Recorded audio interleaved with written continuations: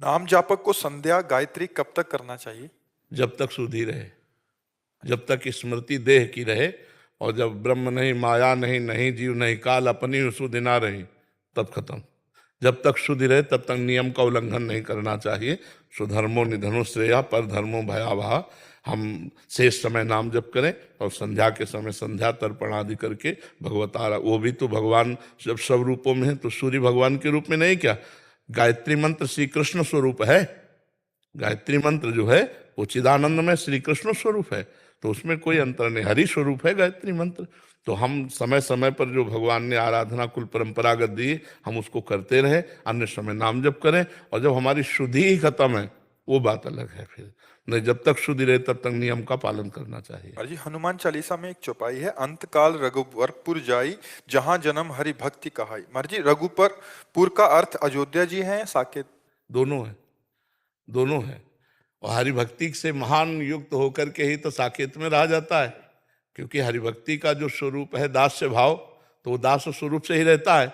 तो अयोध्या में जन्मे तो वो दास स्वरूप रहेगा, या साकेत में जाए तो दास स्वरूप रहेगा, उसमें कोई अंतर नहीं, क्योंकि हरिपुर दोनों है।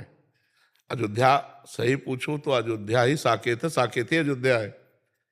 केवल नाम का अंतर है, जैसे गोलोक और वृंदावन, तो वृंदावन ही गोलोक है, गोलोक ही वृंदावन है, उसमें कोई अंतर। जो भूतल में है वही अव्यक्त है, जो अव्यक्त है वही भूतल में व्यक्त है। हमको ये मानकर अवधपुरी का अर्थ भाव पूरा ले लेना चाहिए, पर साकेत भी अवधपुरी, अवधपुरी ही साकेत है, कोई अंतर नहीं। अवधपुरी में वास कर रहा तो साकेत में वास कर रहा है।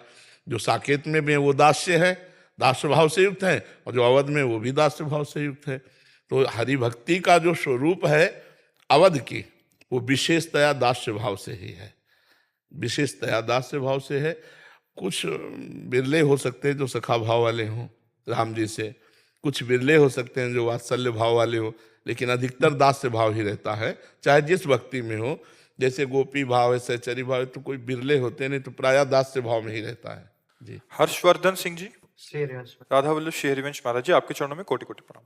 महाराज जी, यद्यपि जीव जगत को नाशवान समझता है और ये भी मानता है कि नहीं, कहाँ समझता है? अरे बच्चा, ये बातें हैं, समझता कहाँ है? समझ गया तो फिर रोना क्या, जो जाग गया तो सोना क्या। समझ कहाँ गया? समझ तो ये केवल बातें हैं बच्चा, समझ रहे हो ना?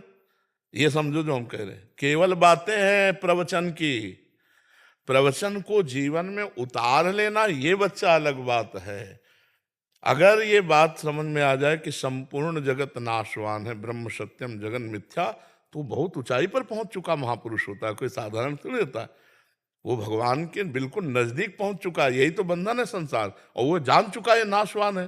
तो अब नाशवान में आसक्ति कर, जैसे अभी हम 2000 रुपया की एक टाली आपके सामने पलटा दें, आपको इतना इतना भी आकर्षण नहीं होगा, क्योंकि जानते हो ये चलता नहीं है।